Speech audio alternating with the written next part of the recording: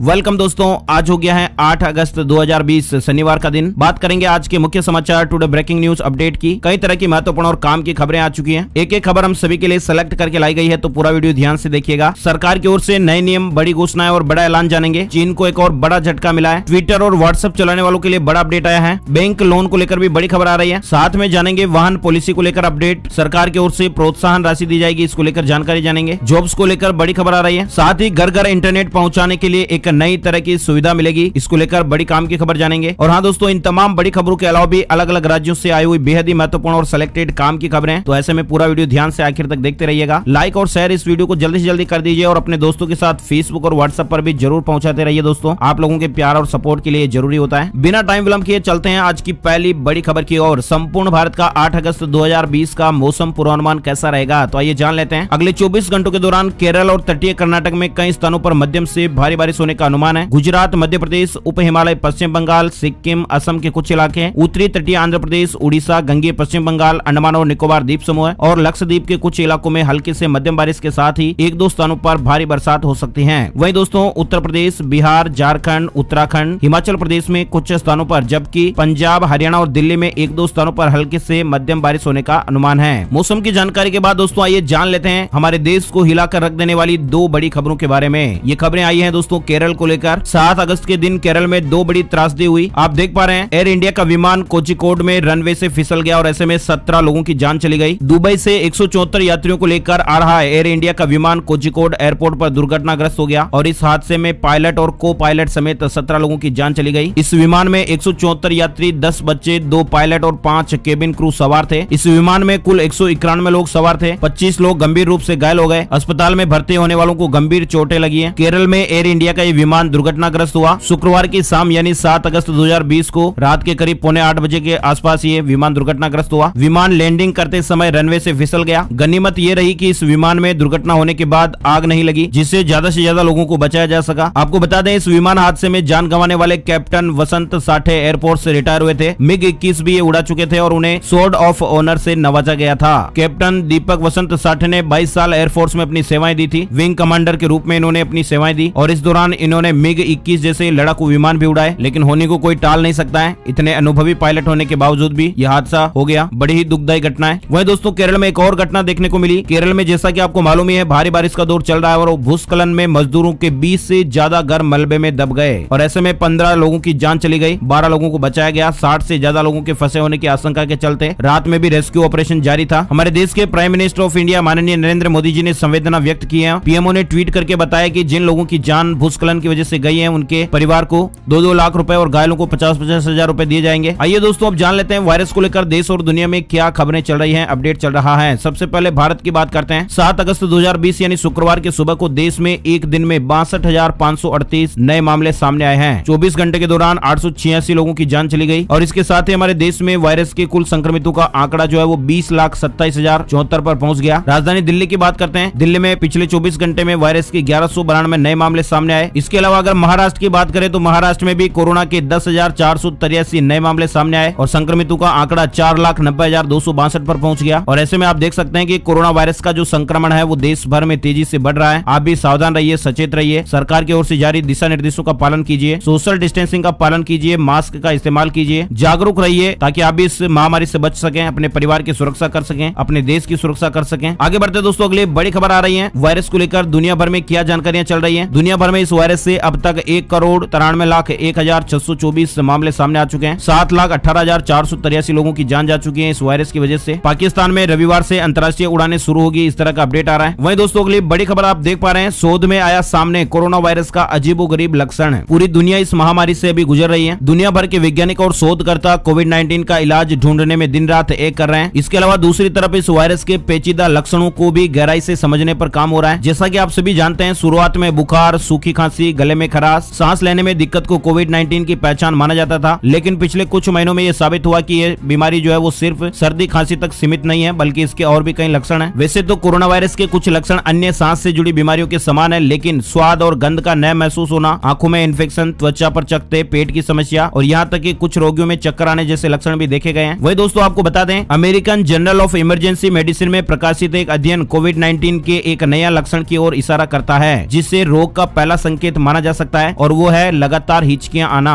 अध्ययन में अमेरिका के कुक काउंटी हेल्थ के डॉक्टरों ने एक 62 वर्षीय व्यक्ति के केस रिपोर्ट को विस्तार से बताया और बाद में फिर ये जानकारी सामने आई। शोधकर्ताओं के मुताबिक लगातार आ रही हिचकियों का संबंध कोरोना वायरस से था। हालांकि वजन कम होने का इस बीमारी से कोई संबंध नहीं था। डॉक्टरों के मुताबिक ये ऐसा पहला मामला था जहां कोरोना के मरीज में शुरुआती लक्षण के तौर पर हिचकियां देखी गई हो। ये जानकारी आप देख पा रहे हैं। आगे बढ़ते दोस्तों, अगली बड़ी खबर, अब अपने आप ही डिलीट हो जाएंगे मैसेज। व्हाट्सएप लेकर आ रहा है ये खास तरह का फीचर। दुनिया के सबसे popular instant messaging app WhatsApp हम सभी यूज करते हैं, राइट। लेकिन व्हाट्सएप हमें समय समय पर कई तरह के लगातार अपडेट देता रहता है। व्हाट्सएप के जिस फीचर की लंबे समय से काफी ज्यादा चर्चा थी, इंतजार था, वो फीचर अब यूजर्स के लिए जल्द ही रोल आउट किया जा सकता है। ये फीचर होगा डिसअपियरिंग मैसेज फीचर। जी हाँ, कंपनी काफी समय से इस पर काम कर रही है और अब इसे जल्द ही यूजर के लिए पेश किया जाएगा। डिसअपियरिंग मैसेज फीचर या एक्सपायरिंग मैसेज फीचर कैसा दिखेगा और इसका कैसे यूज किया जाएगा, जानकारी में आप देख सकते हैं। रिपोर्ट्स की माने तो डिसअपियरिंग मैसेज को यूजर्स चैट में ऑन या ऑफ कर सकते हैं। हालांकि ग्रुप में ऐसा नहीं होगा। ग्रुप में इसका अधिकार केवल ग्रुप एडमिन को होगा। ये फीचर इनेबल करते ही आपके चैट बॉक्स से 7 दिन पुराने मैसेज अपने आप डिलीट हो जाएंगे। वही दोस्तों, अगले बड़ी खबर, पीएम मोदी जी आज करेंगे राष्ट्रीय स्वच्छता केंद्र का उद्घाटन। देश भर के 36 स्कूली बच्चों से बातचीत करेंगे। प्रधानमंत्री नरेंद्र मोदी जी आज शनिवार को स्वच्छ भारत मिशन को केंद्र में रखकर बनाए गए राष्ट्रीय स्वच्छता केंद्र का उद्घाटन करेंगे। अगली बड़ी खबर आ रही है, प्रधानमंत्री नरेंद्र मोदी जी ने शुक्रवार को यह आश्वासन दिया कि नई राष्ट्रीय शिक्षा नीति को पूरी तरह से लागू किया जाएगा। उन्होंने कहा कि पिछले 3-4 सालों से हो रहे विचार विमर्श और लाखों सुझावों पर मंथन के बाद नई शिक्षा नीति को मंजूरी दी गई है। आज देश भर में इसकी चर्चा हो रही है। अलग अलग क्षेत्रों और विचारधाराओं के लोग इस पर अपने विचार व्यक्त कर रहे हैं। पीएम मोदी जी ने कहा कि ये एक स्वस्थ चर्चा है और ये जितनी ज्यादा होगी उतना ही लाभ देश की शिक्षा व्यवस्था को मिलेगा। दोस्तों, नई शिक्षा नीति को लेकर आप लोगों की क्या राय और प्रतिक्रिया है, कमेंट में जरूर बताइएगा। क्या शिक्षा नीति को लागू किया जाना चाहिए या नहीं, या फिर आप लोगों के कोई और भी सुझाव हैं तो आप अपनी राय कमेंट में जरूर बताइएगा। अगली बड़ी खबर आ रही है, चीन को बड़ा झटका।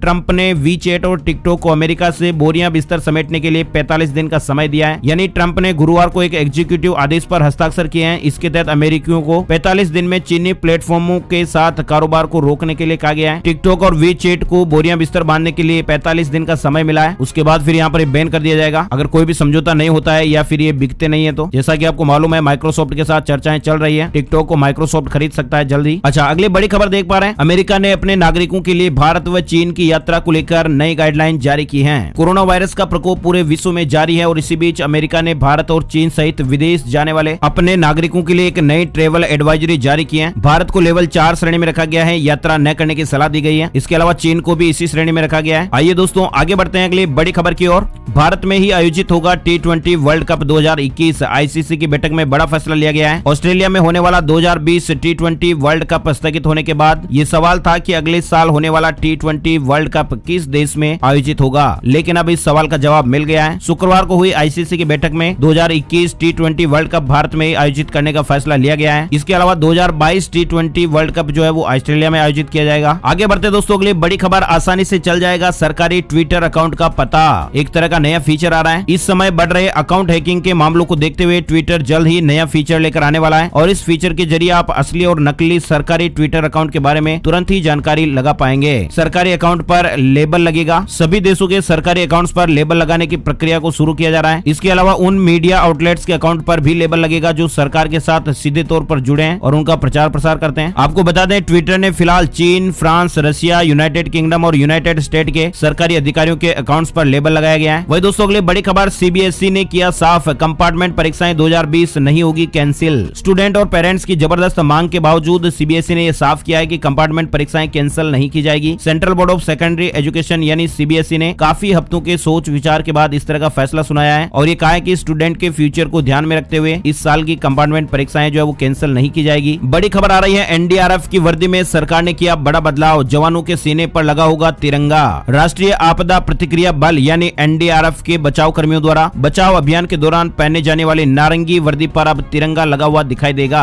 अधिकारियों ने इस तरह की जानकारी दी है और डिटेल से आप यहाँ पर जानकारी देख सकते हैं। साथ ही अगली बड़ी खबर आ रही है, एचडीएफसी बैंक, यूको बैंक और इंडियन ओवरसीज बैंक ने एमसीएलआर को घटाया है और इसकी वजह से आपका जो लोन है वो सस्ता होगा। एचडीएफसी बैंक ने शुक्रवार को सभी टेन्योर के लिए एमसीएलआर में 10 आधार अंकों की कटौती की। ये दरें शुक्रवार से प्रभावी हो गई है। साथ ही यूको बैंक ने भी सभी मैच्योरिटी अवधि वाले लोन के लिए एमसीएलआर में 0.10% की कटौती की है। यूको बैंक की संशोधित दरें 10 अगस्त से प्रभावी होंगी और इसके अलावा इंडियन ओवरसीज बैंक ने शुक्रवार को बेस रेट में 0.10% की कटौती की। अच्छा, अगली बड़ी खबर आ रही है, one nation one health card लाने की तैयारी में है सरकार। सरकार 15 अगस्त को हो सकता है ऐलान। दोस्तों, इस तरह की मीडिया रिपोर्ट्स और खबर आ रही है कि देश के हर नागरिक का हेल्थ रिकॉर्ड डिजिटल रूप में रखने के मकसद को लेकर सरकार ये तैयारी कर रही है। डॉक्टर कहीं से भी बैठकर आपकी यूनिक आईडी के जरिए सारा मेडिकल रिकॉर्ड देख पाएंगे। सूत्रों की माने तो 15 अगस्त को लाल किले से प्रधानमंत्री माननीय नरेंद्र मोदी जी इसका ऐलान कर सकते हैं और देश के हर नागरिक का हेल्थ कार्ड डिजिटल रूप में तैयार होगा। ये सारा डेटा सर्वर से लिंक होगा। बड़ी खबर आ रही है, मुंबई आने वाले घरेलू हवाई यात्रियों को अब 2 सप्ताह होम क्वारंटाइन होना जरूरी।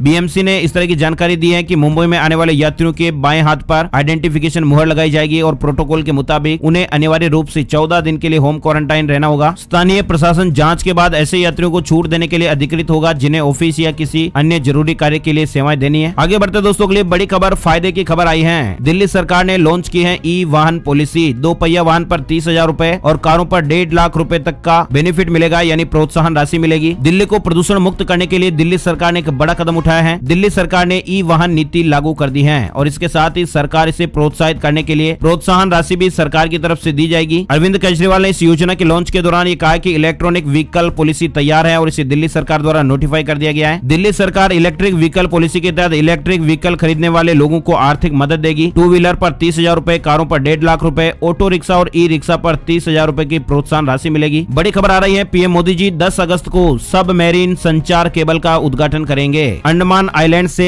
कनेक्टिविटी जुड़ेगी। इस परियोजना के लिए आधारशिला प्रधानमंत्री जी ने पोर्ट ब्लेयर में दिसंबर 2018 में रखी थी। मतलब दोस्तों, अंडमान निकोबार द्वीप समूह के साथ बेहतर संचार सुविधा स्थापित करने के लिए चेन्नई और पोर्ट ब्लेयर के बीच समुद्र के भीतर बिछाई गई केबल संपर्क सुविधा को 10 अगस्त को राष्ट्र को संबोधित करेंगे। वहीं अगली बड़ी खबर अपडेट आई है, राजस्व बढ़ाने के लिए दिल्ली सरकार का बड़ा फैसला। अब रात 10 बजे तक खुलेंगी शराब की दुकानें। आबकारी विभाग की ओर से बृहस्पतिवार को जारी आदेश के अनुसार राष्ट्रीय राजधानी में अब शराब की दुकानें सुबह 10 से रात 10 बजे तक खुली जाएगी। साथ ही अगली बड़ी खबर, दिल्ली सरकार का जॉब पोर्टल। गोपाल राय बोले 10 लाख वैकेंसी क्लोज हुई, 9 लाख अभी भी खाली हैं। दरअसल वायरस लॉकडाउन के बाद से बंद हुए काम धंधों के चलते बेरोजगार हुए लोगों के लिए दिल्ली की केजरीवाल सरकार द्वारा शुरू किए गए जॉब पोर्टल यानी एक वेबसाइट बनाई है सरकार ने और इसे काफी ज्यादा अच्छा रेस्पॉन्स मिल रहा है। इस तरह की बात कही है दिल्ली सरकार के श्रम एवं रोजगार मंत्री गोपाल राय जी ने। उन्होंने कहा कि लॉकडाउन के बाद दिल्ली में काफी तादाद में लोगों को बेरोजगारी का सामना करना पड़ा। कई कंपनियों के सामने भी कर्मचारियों का संकट खड़ा हुआ और ऐसे में दिल्ली सरकार ने जॉब पोर्टल लॉन्च किया। मंत्री जी ने जानकारी दी कि अभी तक 22 लाख जॉब पोर्टल पर पोस्ट की गई, 3.5 लाख जॉब को रद्द किया गया है, 10 लाख वैकेंसी के लिए एम्प्लॉयर्स ने रजिस्ट्रेशन किया है, 9 लाख वैकेंसी आज भी खाली है, 8,64,000 नौकरी के लिए आवेदक लाइन में है। वहीं दोस्तों अगले बड़ी खबर आ रही है, सोनू सूद ने अब 1 लाख प्रवासी मजदूरों को दिया नौकरी देने का वादा।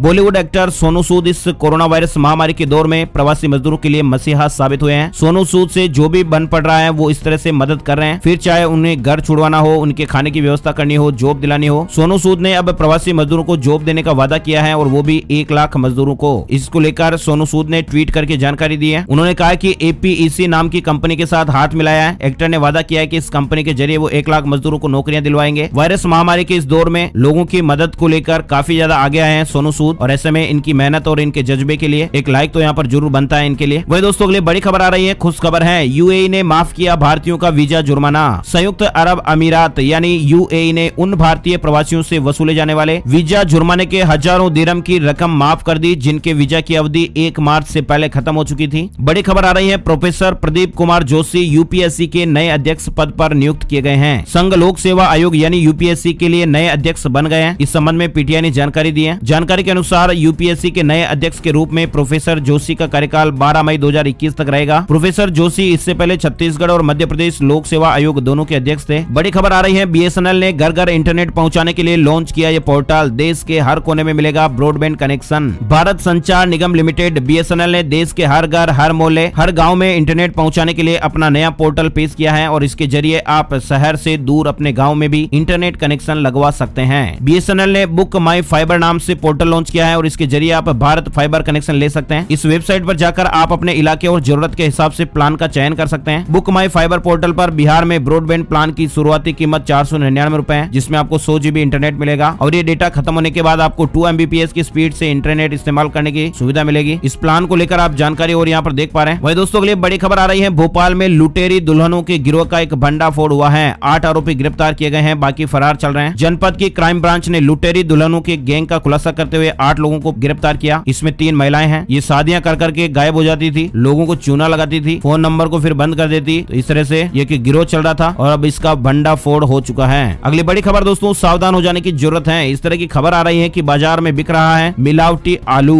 अब आप सोच रहे होंगे कि आलू में ऐसा क्या मिलाया जाता है। जब हमने भी खबर को देखा तो वाकई में खबर को जान लेना जरूरी बनता है। अक्सर दूध, खोया और पनीर जैसी चीजों में मिलावट का तो आप लोगों ने काफी ज्यादा सुना ही होगा, लेकिन अब आलू जैसी बेहद ही महत्वपूर्ण सब्जी में भी मिलावट की खबर आने से लोग चौंक गए हैं। मिलावटी आलू या अन्य सब्जी खाने से लोगों के शरीर को गंभीर नुकसान पहुंच सकता है। एशिया की सबसे बड़ी फल सब्जी मंडी आजादपुर की लगभग 1 दर्जन आलू की थोक दुकानों से सैंपल लेकर जांच के लिए भेजे गए हैं। अगर सैंपल में किसी भी तरह की गड़बड़ी पाई जाती है तो व्यापारियों के खिलाफ सख्त कार्रवाई करने की बात कही गई है। अच्छा, अब आपको बताते हैं कि आलू में मिलावट कैसे होती है। दरअसल सीमेंट और विशेष रंग की एक मिट्टी को मिलाकर पानी में डालकर एक बेहद ही पतला घोल बनाया जाता है। इसमें पुराने आलू को डालकर कुछ देर के लिए छोड़ दिया जाता है और इसके बाद उस आलू को निकालकर सूखा लिया जाता है और इस प्रकार आलू के ऊपर मिट्टी की एक हल्की पीली भूरी परत चढ़ जाती है और इससे आलू की ऊपरी परत नए आलू की तरह आसानी से निकलने लगती है। खुदरा बाजार में सब्जी विक्रेता इसे लोगों को नया पहाड़ी आलू बताकर ऊंची कीमत पर बेच देते हैं। दरअसल फल और सब्जियों को नया और ताजा दिखाने के लिए कुछ विक्रेता कई गलत तरीके भी इस्तेमाल करते हैं। इनके लिए मोम, ग्रीस या अन्य कोई तेल जैसी चीजों से सने कपड़े से फल और सब्जियों को धीरे धीरे रगड़ दिया जाता है। कुछ सब्जियों को ज्यादा हरा दिखाने के लिए उन्हें हरे रंग के पानी के घोल में डालकर निकाल लिया जाता है। इससे फल सब्जियों में विशेष चमक आ जाती है। ग्राहक उन्हें ज्यादा अच्छी सब्जी समझकर खरीद लेते हैं, लेकिन आपको बता दें इस तरह की सब्जियों को खाने से कई तरह के गंभीर नुकसान हो सकते हैं। मेट्रो अस्पताल के सीनियर डॉक्टर पुनीत गुप्ता ने कहा कि इन रसायनों से घुली और इन रसायनों से धुली सब्जियों को खाने से शरीर को काफी नुकसान हो सकता है। कई तरह की गंभीर बीमारियां हो सकती हैं। तो ऐसे में इस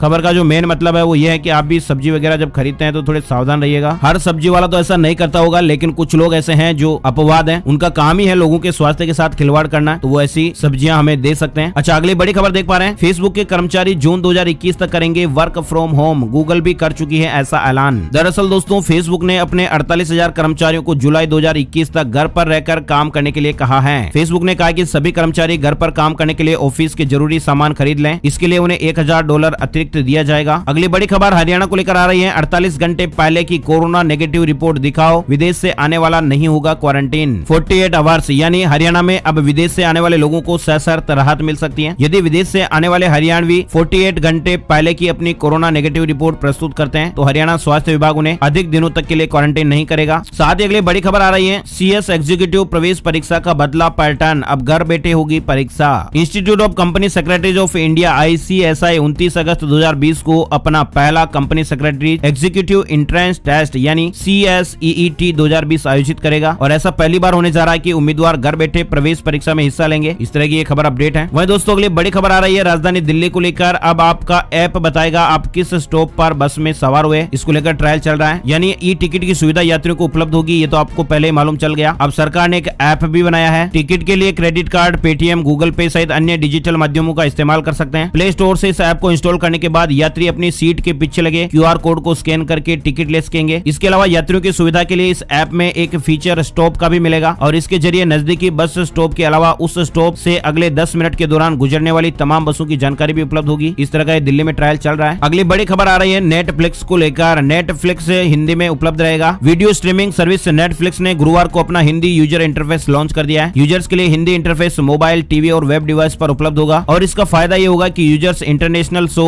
फिल्में और वेब सीरीज को हिंदी में खोज सकेंगे, हिंदी में सर्च कर पाएंगे। डिटेल से और जानकारी आप यहाँ पर देख सकते हैं। इसे कैसे इंस्टॉल करें, इस्तेमाल कैसे करें। अच्छा, अगली बड़ी खबर आ रही है न्यू लॉन्च को लेकर। डाबर ने लॉन्च किया बेबी पाउडर, बेबी क्रीम और बेबी लोशन जैसे चाइल्ड केयर के कुल 8 प्रोडक्ट। कंपनी अब आपके घरों तक इम्यूनिटी प्रोडक्ट भी पहुंचाएगी। इस तरह की खबर आ रही है। डेली यूज प्रोडक्ट बनाने वाली कंपनी डाबर ने बच्चों की देखभाल करने वाले 8 प्रोडक्ट को लॉन्च किया है। साथ ही अगली बड़ी खबर आ रही है, पश्चिम बंगाल संयुक्त प्रवेश परीक्षा का रिजल्ट जारी हो गया है। 7 अगस्त को ये रिजल्ट जारी कर दिया गया। WBJEE रिजल्ट 2020 की घोषणा राज्य के शिक्षा मंत्री जी ने की। अगली बड़ी खबर आई है, कोविड-19 के कारण महिंद्रा एंड महिंद्रा को लगा झटका, मुनाफे में आई 94% की कमी। वायरस महामारी के असर के चलते चालू वित्त वर्ष की पहली तिमाही में प्रमुख घरेलू कारोबारी समूह महिंद्रा एंड महिंद्रा का एकीकृत शुद्ध लाभ 94% की जबरदस्त गिरावट के साथ 54.64 करोड़ रुपए रह गया। कंपनी ने शेयर बाजार को इस तरह की जानकारी दी है। आगे बढ़ते हैं दोस्तों, अगली बड़ी खबर आई है, राजस्थान की जेलों में चलाया जाएगा तलाशी अभियान, सभी जिला कलेक्टरों को जारी किए गए आदेश। राज्य की जेलों में कैदियों के पास मोबाइल, सिम कार्ड और अन्य निषिद्ध वस्तुओं की तलाशी के लिए सघन अभियान चलाया जाएगा। इस तरह के आदेश जारी किए गए हैं। आगे बढ़ते हैं दोस्तों, बड़ी खबर आ रही है, 8.5 घंटे ईडी ने की रिया चक्रवर्ती से पूछताछ, अभिनेत्री ने नहीं किया जांच में पूरा सहयोग। सुशांत सिंह राजपूत मामले में रिया चक्रवर्ती पर कई आरोप लगे हैं। रिया पर सुशांत के पैसों का दुरुपयोग और उनसे पैसे हड़पने का भी आरोप लगा है और इसी के चलते मामले की जांच अब प्रवर्तन निदेशालय ईडी भी कर रहा है और इसके तहत मामले में ईडी द्वारा रिया चक्रवर्ती से पूछताछ की गई और ऐसी खबरें सामने आ रही है कि रिया ने ईडी को जांच में सहयोग नहीं किया। पूछताछ के दौरान रिया ने कई तरह के बहाने बनाए और कहा कि उन्हें कुछ याद नहीं। रिया से करीब 8.5 घंटे की पूछताछ हुई है, इस तरह की मीडिया रिपोर्ट चल रही है। वही दोस्तों अगली बड़ी खबर पंजाब को लेकर आई है। जहरीली शराब से जान गंवा देने वाले लोगों के परिजनों को सरकार की तरफ से 5 लाख रुपए और परिवार के एक सदस्य को नौकरी का ऐलान किया गया है। मुख्यमंत्री कैप्टन अमरिंदर सिंह जी ने 7 अगस्त को इस तरह का ऐलान किया है। मुख्यमंत्री जी ने कहा कि सभी पीड़ित परिवारों को बीमा योजना का लाभ भी दिया जाएगा, मृतकों के कच्चे घरों को पक्का किया जाएगा, दिव्यांगों को ट्राई साइकिल दी जाएगी और इसके अलावा जिन लोगों की आंख की रोशनी गई है उन्हें भी 5 लाख रुपए का मुआवजा दिया जाएगा और सरकार ने यह कहा कि जो आरोपित हैं उनको सजा दिलाई जाएगी। आपको मालूम होगा अभी हाल ही में पंजाब में जहरीली शराब पीने से कई लोगों की जान चली गई थी। अब बात करते हैं दोस्तों gold price today, silver price today को लेकर। सोने के दामों में शुक्रवार को भी बढ़ोतरी देखने को मिली। राष्ट्रीय राजधानी में सप्ताह के आखिरी कारोबारी सत्र में सोना बढ़त के साथ 57,008 रुपए प्रति 10 ग्राम के स्तर पर रहा। चांदी 576 रुपए की तेजी के साथ 77,840 रुपए प्रति किलोग्राम के भाव पर रही। तो दोस्तों इसी के साथ ही आज के मुख्य समाचार और इंडिया न्यूज हेडलाइंस अपडेट का वीडियो यहीं समाप्त हुआ। एक नए न्यूज वीडियो और अपडेट जानकारी में फिर मिलेंगे। लाइक और शेयर जरूर करें और अपने दोस्तों के साथ फेसबुक और व्हाट्सएप पर भी जरूर शेयर करते रहें। आपका बहुत बहुत धन्यवाद। जय हिंद, जय भारत, वंदे मातरम।